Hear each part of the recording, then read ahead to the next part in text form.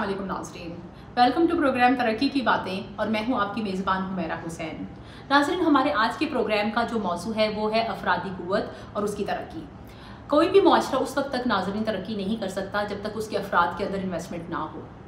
Doctor Mahathir Mohammad ने 2005 में अपने एक रिसर्च पेपर जिसका नाम human resource development in developing countries है, उसमें बताया कि इंसानी तहजीब की इर्तका बुनियादी तौर पर अफरादी क़ुव्वत की इर्तका है। वो मुआशरे और कौमें जो अपने अफराद में इन्वेस्ट करते हैं वो तरक्की पाते हैं, और वो कौमें जो इस आस्पेक्ट को इग्नोर करती हैं वो ना सिर्फ पसमानदा रहती हैं बल्कि बहुत से हालात में महकूम भी हो जाती हैं। तो नाज़रीन, इस मौजू को सामने रखते हुए हमने आपने आज का प्रोग्राम तरतीब दिया है। इसमें हम आपकी मुलाकात करवाएंगे जनाब डॉक्टर रूमी हयात साहब से, जो इंस्टीट्यूट फॉर रूरल मैनेजमेंट के CEO हैं और उसके साथ साथ वो IUCN के चेयर भी हैं पाकिस्तान में। और हमारा जो मौजू है वो बेसिकली आज फोकस करेगा human resource development in rural areas, क्योंकि पाकिस्तान की जो आबादी है उसकी बहुत बड़ी परसेंटेज जो है वो देहातों में रहती है। तो आइए जनाब, हम आपको इंस्टीट्यूट फॉर रूरल मैनेजमेंट लेकर चलते हैं और आपकी उनसे मुलाकात करवाते हैं। अस्सलाम वालेकुम रूमी साहब। वालेकुम अस्सलाम। थैंक यू वेरी मच, आपने मुझे बुलाया और आपके चैनल पे आपने मुझे मौका दिया कि मैं कुछ आपके साथ गुफ्तगू कर सकूं। रूमी साहब, हमारे नाजरीन को बताएं कि जो इंस्टीट्यूट फॉर रूरल मैनेजमेंट है बेसिकली ये क्या काम करता है, इसका आगाज़ कैसे हुआ और इंटरवेंशंस क्या हैं? ओके, आपके 3 सवाल हैं। एक तो ये कि इंस्टीट्यूट ऑफ रूरल मैनेजमेंट इस वक्त पाकिस्तान का सबसे बड़ा तरबियती इदारा है जो नॉन प्रॉफिट सेक्टर में, आप ये समझ लीजिए हुकूमत के बाहर जितने इदारे उनमें सबसे बड़ा है। हम अब तक तकरीबन 12 लाख लोगों को तरबियत दे चुके हैं और ये 20 साल से हम काम कर रहे हैं। और बहुत सारे लोग हमें नहीं जानते, उसकी वजह ये है कि हम बहुत ज़्यादा पब्लिसिटी या मार्केटिंग नहीं करते, बट प्रोजेक्ट्स में काम करते हैं। और हमारी कोशिश ये होती है कि लोगों की तरबियत से उनमें हुनर और स्किल आए और जिससे वो एक बेहतर ज़िंदगी गुजार सकें। किस किस्म का पोर्टफोलियो? तो हमारे यहाँ ट्रेनिंग कोई 300 से ज़्यादा किस्में की होती हैं, जिसमें टेक्निकल स्किल्स का बहुत बड़ा पोर्टफोलियो है जो गरीब लड़के और लड़कियों को हम देते हैं। और सब फ्री होती हैं, उनको कुछ पैसे देने नहीं पड़ते, जिसके अंदर उनको बहुत आला क्वालिटी की हम ट्रेनिंग देते हैं। और उसकी एक मिसाल ये भी है कि हमारी जो इवैल्यूएशन हुई हैं, जो तज़किये हुए हैं हमारे बारे में, पाकिस्तान की इदारों ने भी किए हैं और गैर मुल्की इदारों ने भी किए हैं, और वो 80 से 90% तक लोग जो तरबियत हासिल करते हैं उनको रोज़गार मिल जाता है, या वो खुद बिज़नेस करना शुरू कर देते हैं या फिर वो उनको नौकरी मिल जाती है। तो 2 किस्म की उनकी ज़िंदगी बेहतर होने के हैं। तो बेसिकली ये एक गुर्बत को कम करने का इदारा है जो तरबियत के ज़रिए गुर्बत को कम करने की कोशिश करते हैं। और हम 20 साल से काम कर रहे हैं, 20 साल से ज़्यादा हो गए। और हमारी कोशिश यही रहती है कि हम एक इंसान, चाहे वो आदमी हो या औरत हो, उनको नस्ल या मज़हब या किसी बुनियाद पे नहीं रखते, बल्कि उनको उनकी गुर्बत के हिसाब से कि जो ज़्यादा मुस्तहिक हैं उनको हम तरबियत देते हैं। और पूरे पाकिस्तान में। अच्छा, हमें इसके लिए पूछने लगी थी क्योंकि आप RSKs का भी पार्ट हैं। जी, तो हम पूरे पाकिस्तान में करते हैं, सारे सूबों में, नॉर्दर्न एरियाज़ यानी गिलगित बल्तिस्तान में, आज़ाद कश्मीर में, इन सारे इलाकों में हम काम करते हैं। और हमारे मुख्तलिफ दफातर हैं, इस वक्त तकरीबन हमारे 190 के करीब दफातर हैं। अच्छा, जो पूरे मुल्क में इस वक्त हैं।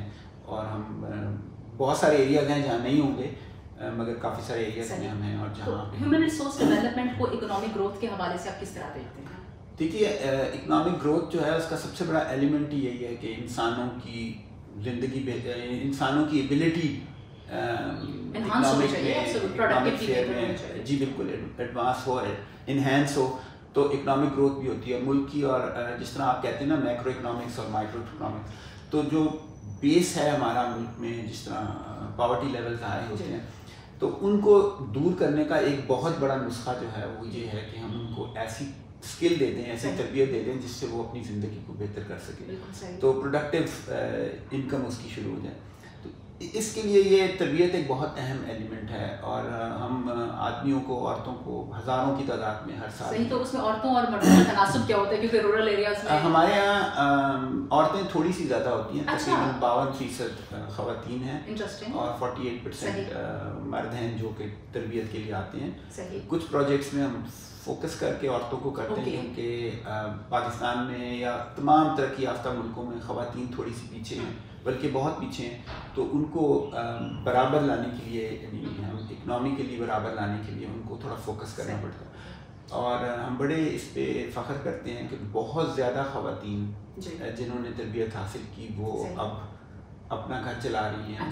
बहुत केसेस में ऐसी ख़वातीन हैं जो बेवा हैं या उनके वालिदैन नहीं हैं, वो अपनी ज़िंदगी बेहतर करती हैं। कुछ के मियाँ बीमार हैं और वो खुद घर चला रही हैं, सिंगल हैंडेडली वो चला रही हैं। और तो इनकी इनकम में इजाफा होता है। जो बच्चे स्कूल नहीं जाते थे फिर वो स्कूल ज़ाहिर है, उसके मल्टीपल जो आते हैं एग्जैक्टली उनके हेल्थ को ले लें, खाना बेहतर हो जाता है, उनकी हेल्थ बेहतर हो जाती है। आप IUCN के भी चेयर हैं, तो मुझे ये बताएं कि पाकिस्तान जो है बेसिकली क्लाइमेटिकली उन कंट्रीज़ में आता है जो बहुत ज़्यादा अफेक्टेड हैं वर्ल्ड वाइड।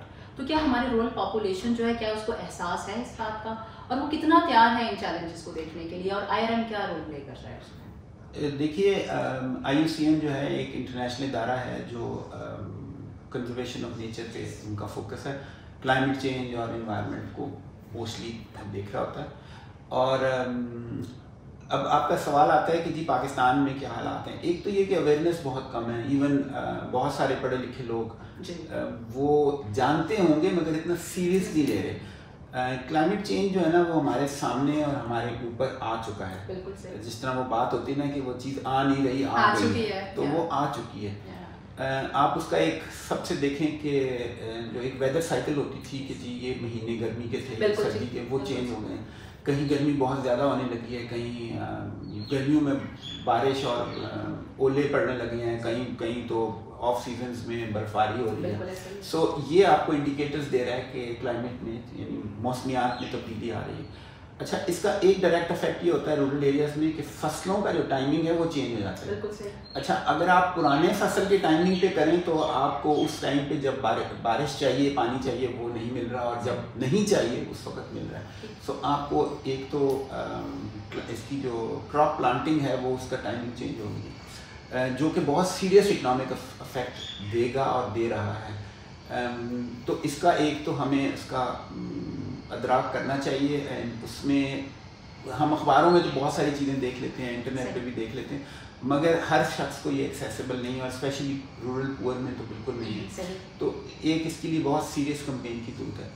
ये एक एलिमेंट है। दूसरा एलिमेंट ये है कि वेदर साइकिल के चेंज आने से मुल्क जो हैं, कुछ एरियाज़ जो हैं, पाकिस्तान को हम फोकस करें तो पाकिस्तान के जो सदर्न एरियाज़ हैं उनका टेम्परेचर बढ़ना शुरू हो गया। और ये प्रेडिक्शन है कि 10 से 20 सालों के दरमियान जो हमारे साउथ का एरियाज़ हैं वो अप टू सक्खर के इलाके के टेम्परेचर्स इतने हाई हो जाएंगे कि दिन को लोग नहीं निकल सकेंगे। यानी अगर टेम्परेचर 55 से ऊपर चले गए 60 के करीब तो ह्यूमन लाइफ डे टाइम में बल्कि एनिमल लाइफ भी पॉसिबल नहीं होगी। सो इसके लिए अभी तक तैयारी नहीं हो रही है, और ये प्रेडिक्शंस 2-4 साल 5 साल से तो ऑफ हो सकती हैं, इससे ज़्यादा नहीं की जा सकती। तो इसलिए ये बहुत सीरियस है। और हमारे मुल्क में हमारी इस वक्त की जो करंट गवर्नमेंट है वो इन्वायरमेंट पे बहुत फोकस कर रही है। प्राइम मिनिस्टर भी फोकस कर रहा है और ट्री प्लांटेशन पे बहुत जोर दे रहे हैं, मगर ये खाली गवर्नमेंट के फोकस से नहीं काम होता। इसमें सबको यानी civil society, non profit, government, आम शहरी, सबसे ज़्यादा आम शहरी को एक एहसास होना चाहिए। हम इवन गांव में भी जहाँ पे पानी फेंकते हैं वहाँ पर एक दरख्त लगा दें तो 5-10 साल में बड़ा दरख्त बन जाता है, साया मिलता है, और उसके बहुत सारे फ़ायदे हैं। अगर फलदार है तो आपको फल भी मिलता है।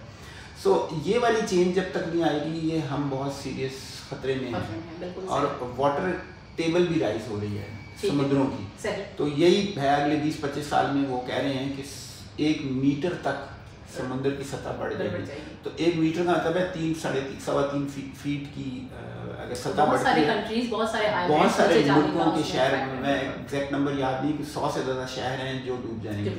तो यानी पाकिस्तान में भी बहुत सारे एरियाज़ जो कोस्टल एरियाज़ हैं उनका ख़तरा है, बदीन में और इस तरह के एरियाज़ के जो हैं जिनको ज़ेरे आब आने का खतरा। तो ये भी अभी से ही जो समझदार मुल्क हैं उन्होंने तो अभी से काम स्टार्ट कर दिए। हमारे यहाँ थोड़ा सा अनफॉर्चुनेटली हम लॉन्ग टर्म ज़रा कम सोचते हैं, वो हमें इस वक्त सोचने की ज़रूरत है कि हम इसको किस तरह प्रिएम्प्ट कर सकते हैं। सॉरी साहब, अभी हम बात कर रहे थे उसमें तो हमने गवर्नमेंट की भी बात की कि गवर्नमेंट के बहुत सारे एक्शंस रिक्वायर्ड होंगे बहुत सारी चीज़ों में। मुझे ये बताएं कि आप तो ट्रेनिंग्स और ह्यूमन रिसोर्स डेवलपमेंट को डील करते हैं और कम्युनिटी साइड की एब्सोल्युटली हमने बात की, रूरल एरियाज में डेवलपमेंट की या ट्रेनिंग्स की बात की, तो पब्लिक सेक्टर में किस किस्म की ट्रेनिंग्स की ज़रूरत है और आप क्या समझते हैं कि पब्लिक सेक्टर में जो ऑफिशियल्स हैं क्या उनकी ट्रेनिंग से जो है हमारे मुल्क में एक तो इंडिविजुअल लेवल पर क्या उनकी अपनी कैपेसिटी इन्हांस हो सकती है, क्या उनके ऑर्गेनाइजेशंस की कैपेसिटी इन्हांस हो सकती है और क्या ये अल्टीमेटली जो गवर्नमेंट का रिफॉर्म एजेंडा है उसको कंट्रीब्यूट करेगा? आपने बहुत सारे सवाल एक साथ कर दिए। एक तो ये कि देखिए हर शख्स को कैपेसिटी तो बढ़ानी चाहिए, नहीं अपनी एबिलिटी या अपनी सलाहियतों को बढ़ाना चाहिए, चाहे वो गवर्नमेंट में हो या किसी और में। एक ज़माने में आप एक जनरल कॉन्सेप्ट होता था कि किसी ने डॉक्टरी पढ़ ली तो बस डॉक्टर बन गया जब मरते दम तक वो। आज के ज़माने में वो काफ़ी नहीं है। अगर आपने स्पेशलाइजेशन भी कर ली है बाहर मुल्क से, उसके बावजूद आपको फ़ॉरेन कोर्सेज करने पड़ते हैं, आपको हर वक्त अपने आप को बेहतर करना पड़ता है। वही चीज़ हुकूमत में भी है कि हुकूमत के जो अफसरान हैं उनको भी वक्त के साथ साथ नए कोर्सेज की ज़रूरत होती है, और चाहे वो हुकूमत से बाहर लोग हों। प्राइवेट सेक्टर में तो देखें आप, कंपनीज हैं जिस तरह जैज़ है, बैंक्स हैं, वो अपने स्टाफ पे बहुत इन्वेस्ट करते हैं, उनकी तरबियत कराते रहते हैं, उनको नई टेक्निक्स नई चीज़ें सिखाते हैं। अनफॉर्चुनेटली हुकूमत में कुछ तबके को कुछ टाइप के तो वो उनको मिल जाती है, अपॉर्चुनिटीज मिल जाती हैं बाहर के कोर्सेज में, मगर ज़्यादातर को 99% को नहीं मिलती। तो उससे ऑफ कोर्स गवर्नमेंट की वर्किंग में अफेक्ट करता है। और मेरा ये ख्याल है कि खाली यानी मास्टर्स डिग्री तालीम हासिल करना काफ़ी नहीं होती है, आपको बहुत सारी चीज़ें साथ साथ सिखानी पड़ती हैं। Gender issues, environment issues, public dealing, negotiation skills, ये सारी चीज़ें मेरा ख्याल है एज अ प्रोफेशनल हुकूमत में सिखानी चाहिए। उससे डेफिनेटली हुकूमत की कारकर्दगी भी बेहतर होगी और जो उनके यहाँ अफसरान हैं या बाकी जो स्टाफ है उनके लिए उनकी एबिलिटी भी बेहतर हो जाएगी, एफिशिएंसी बढ़ेगी। सब आपने बताया जिस तरह के सिंस इट्स इंसेप्शन IRM ने 1.2 मिलियन जो लोग हैं उनको ट्रेन किया है, तो नॉन प्रॉफिट सेक्टर में ज़ाहिर है कि जो कुछ आप कर सकते थे अपने लेवल पर वो आप लोगों ने किया है, लेकिन आप क्या समझते हैं कि किस तरह गवर्नमेंट जो है फैसिलिटेटिव हो सकती है ताकि एक तो ह्यूमन रिसोर्स डेवलपमेंट का स्कोप जो है वो बढ़ाया जा सके, और किस तरह से मजीद फिलैंथ्रोप्स, इवन अगर गवर्नमेंट कहीं पर टेक्निकल कंट्रीब्यूशन के साथ ही रह सकती है और वो पैसे नहीं लगा सकती है, उसको फाइनेंशियल रिसोर्स की ज़रूरत है, तो किस तरह फर्दर इन फिलैंथ्रोप्स को इसमें इन्वॉल्व कर सकती है कि ये काम बढ़े और ज़्यादा से ज़्यादा लोगों की ट्रेनिंग्स हो ताकि हमारी प्रोडक्टिविटी बढ़े? देखिए, इसके जवाब देने से पहले मैं आपको एक छोटा सा रेफरेंस देता हूँ। हमारे यहाँ एक बड़ा सोशल मीडिया पे पिछले दिनों एक तस्वीर चल रही थी कि उसमें दिखा रहे थे कि बांग्लादेश जो है ना, जो हमसे 71 में आज़ाद हुआ और हमसे उस वक्त उनके बहुत बुरे हालात थे, आज वो बहुत बेहतर हो गया, उनके सारे इंडिकेटर्स बढ़ गए, उनका फॉरेन एक्सचेंज बढ़ गया, उनकी रुपए, उनकी जो टका है वो हमसे डबल यानी 2 रुपए के बराबर 1 टका हो गया। सो इस तरह बहुत सारी चीज़ें थी। उन्होंने बोला ये क्यों हुआ है? देखें, वहाँ पे भी लीडरशिप के इश्यूज हमारे जैसे ही हैं, करप्शन के इश्यूज भी हमारे जैसे ही हैं। तो फिर क्या ऐसी चीज़ थी कि वो छोटा सा एरिया है, मुल्क साइज में भी छोटा है, नेचुरल रिसोर्सेज भी कम, तो उन्होंने ना एक काम किया, उन्होंने इन्वेस्ट बहुत ज़्यादा किया ह्यूमन रिसोर्सेज। अगर आप उनकी फिगर्स देखें तो सबसे ज़्यादा जो स्किल लेवल पे काम किया, मेरे काफ़ी चक्कर लगे उनको शुरू में, बल्कि वो हमें बुलाते थे कि हमें बताएं हम क्या करें, आपसे सीखें, हमसे सीखने के लिए बुलाते थे। आज वो हमसे आगे चले गए और उसकी वजह ये है कि उन्होंने एक तो टेक्निकली अपने आप को, पॉपुलेशन को स्किल दी, बल्कि यहाँ पे एक चीज़ होती थी जो बाद में 60s में ख़त्म हो गई, वो ये था कि मैट्रिक पास करने के साथ उनको कोई टेक्निकल हुनर सिखाया जाता था। वो यहाँ ख़त्म हो गया, वहाँ बांग्लादेश में चलता रहा और वो मैं बहुत सारे उनके कॉलेजेस और स्कूल में गया जहाँ ये चल रहा था। एक तो गवर्नमेंट को बहुत सीरियसली टेक्निकल स्किल्स कौम को सिखाने चाहिए। हर आदमी को ज़रूरी नहीं नौकरी मिले, बट वो अपना कारोबार कर सकता है। अब उसके लिए दूसरी चीज़ ये है कि जो टेक्निकल स्किल्स की ना, उसकी क्वालिटी बहुत बेहतर होनी चाहिए। जो इस वक्त हुकूमत के इदारे हैं उसमें माजरत से कहूँगा कि बहुत सारे इदारे ऐसे हैं जिनकी क्वालिटी लेवल बहुत बिलो पार है। ये नहीं कहूँगा सारे हैं, मगर बहुत सारे ऐसे हैं जिनकी क्वालिटी लेवल एट पार नहीं है, और वो बंदा जब सीख के बाहर जाता है 2 साल बाद कोर्स करके, उसको हाथ से काम नहीं आता। बिल्कुल ठीक। तो इंजीनियर तो दफ्तर में बैठ के काम चला लेगा ना, मगर एक मैकेनिक या लेबर या टेक्नीशियन तो ये नहीं कह सकता कि मैं दफ्तर में बैठ के काम, तो उसको तो स्किल आनी चाहिए। तो इसलिए एक तो ये कि गवर्नमेंट को बहुत सीरियसली इसमें इम्प्रूवमेंट करनी चाहिए। दूसरा ये कि करिकुलम जो है मार्केट के हिसाब से होना चाहिए। अब करिकुलम हम बना लेते हैं 1960 में और फिर चलाते रहते हैं और वो मार्केट ड्रिवन नहीं रहती ना चीज़ें, इस तरह से ऑब्सोलीट भी हो जाते हैं। हमने IRM में कोई 200 से ज़्यादा हुकूमत के वोकेशनल इंस्टीट्यूशंस के असातिज़ा को ट्रेनिंग कराई, हज़ारों ने लोगों की किया। उसमें एक बड़ी इंटरेस्टिंग चीज़ ये आई कि बहुत दफ़ा ऐसा इंस्ट्रक्टर आ जाता था जिसने ड्राफ्टमैन का काम सीखा हुआ यानी डिप्लोमा है और उसको कह दिया तुम इलेक्ट्रिशियन का कर दो, क्योंकि उस वक्त कोई पोस्टेड बंदा नहीं था। ये मैं स्पेशल यूजर की बात कर रहा हूँ जो दूर दराज इलाके में वोकेशनल सेंटर्स हैं। तो उनसे मैंने पूछा आप ये कैसे कर लेते हैं? उसने कहा जी मैं वो किताब खोल लेता हूँ और उनको मैं स्टूडेंट्स को बता देता हूँ जितना मुझे समझ आती है। तो इस तरह की चीज़ें को हाफ हार्टेड नहीं हो सकता, ये काम बहुत सीरियसली करना पड़ेगा। ड्यूरेशन ऑफ कोर्सेज की बजाय हमें क्रेडिट आवर्स पे जाना चाहिए, जितने नंबर ऑफ आवर्स में वो बंदा एक सीख सकता है। हर बंदे की एबिलिटी टू लर्न कैपेसिटी फ़र्क होती है, तो इसको चेंज करने की भी ज़रूरत है। और पाकिस्तान में बहुत बड़ी तब्दीली आ सकती है अगर हम सीरियसली अपने यंग पॉपुलेशन को स्किल दे दें। और सबको मिस्त्री बनाने की जरूरत नहीं है। आपको ऑफिस सेक्रेटेरियल जॉब में जिन्होंने 10वीं 12वीं तक पढ़ा हुआ है वो ऑफिस में सेक्रेटरी का काम कर सकते हैं। जो उन्होंने से 12 से 14 15 तक पढ़ा हुआ है उनको और किस्म की तरबियत सिखाई जा सकती है। सो हर कैटेगरी के लिए डिफरेंट किस्म की ट्रेनिंग होती है और उससे उनकी स्किल में इजाफा हो जाता है। मैंने प्रैक्टिकली इतने 35 साल की करियर में हज़ारों लोगों का इंटरव्यू किया और एक चीज़ मैंने सीखी है कि बड़ी छोटी सी चीज़ है, मैं आपको बताऊं कि हमारे यहाँ लोगों को कंप्यूटर का इस्तेमाल तो आता है, टाइपिंग नहीं आता। हाँ जी बिल्कुल ठीक कह रहे हैं। और मैंने अपने दफ्तर में सबसे पहला जो शर्त रखी जाती है कंफर्मेशन की वो ये कि आपको कीबोर्ड देखे बगैर टाइपिंग आनी चाहिए। सही है, क्योंकि उसके बगैर आप कंप्यूटर में अगर किसी ने एक पेज टाइप करना है 5 मिनट में वो 1 घंटे में करें। बिल्कुल ठीक है। तो आपकी एफिशिएंसी बहुत ख़राब होती है। तो इसी तरह की चीज़ें छोटी छोटी चीज़ें जो है ना वो हुकूमत में इनको ठीक करनी चाहिए, जिससे अब हाई एंड जो स्कूल्स के बच्चे हैं ना यूनिवर्सिटीज़ में जो बहुत हाई एंड है उनके बच्चे तो कीबोर्ड को देखे बगैर टक टक आपसे बातें भी कर रहे होंगे और वो टाइप करेंगे। वही उसी तरह का यंग लड़का लड़की जो कि हाई एंड स्कूल से नहीं आया हुआ और सरकारी स्कूल में भी थोड़े से ज़रा डाउन वाले यूनिवर्सिटी से पढ़ के उन बेचारों को बिल्कुल नहीं आता, वो कीबोर्ड लेके बैठ जाते हैं एक एक टक टक कर। ये चीज़ें यूनिवर्सिटीज़ को भी फोकस करनी चाहिए, उनको प्रैक्टिकल स्किल्स सिखाएँ, उनको दफ्तर में बातचीत करने का। मैं काफ़ी यूनिवर्सिटीज़ के एडवाइजरी बोर्ड पर हूँ, उनको भी मैं यही बातें करता हूँ कि मैं कहता हूँ जी आप लोग को प्रैक्टिकल स्किल्स सिखाएं ताकि वो जब प्रैक्टिकल लाइफ में जाएं, दफ्तर में जाएं तो how do they behave and how do they adjust हो सके ना, एडजस्ट हो सके। तो ये चीज़ें हैं जो कि हमें देखनी चाहिए। बहुत शुक्रिया, थैंक यू। नाज़रीन, आपने सुना जनाब डॉक्टर रूमी हयात साहब को, जिन्होंने ना सिर्फ IRM के प्रोग्राम्स के हवाले से बताया और उन्होंने ये भी बताया कि आज तक 1.2 मिलियन लोगों को RSPs जो है वो ट्रेन कर चुके हैं इन लास्ट 20 ईयर्स और इसमें ख़वातीन की तादाद 52% है, ये प्रोपोर्शन 52% है। इसके साथ साथ ये बात भी हमने तयन किया इस बात का भी कि जब तक हुकूमत की इन्वॉल्वमेंट नहीं होगी scope of human resource development आगे नहीं बढ़ सकेगा।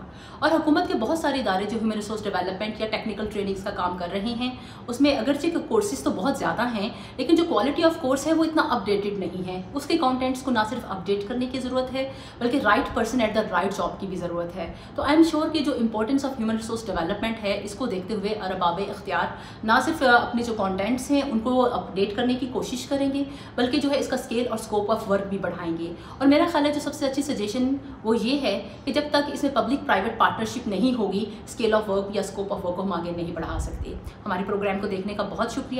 हमारे चैनल को लाइक और सब्सक्राइब कर दीजिए और प्लीज़ फीडबैक में हमें ज़रूर बताइएगा कि आने वाले दिनों में आप किस टॉपिक या किस मौजू को आगे सुनना चाहते हैं। बहुत शुक्रिया। अल्लाह हाफ़िज़।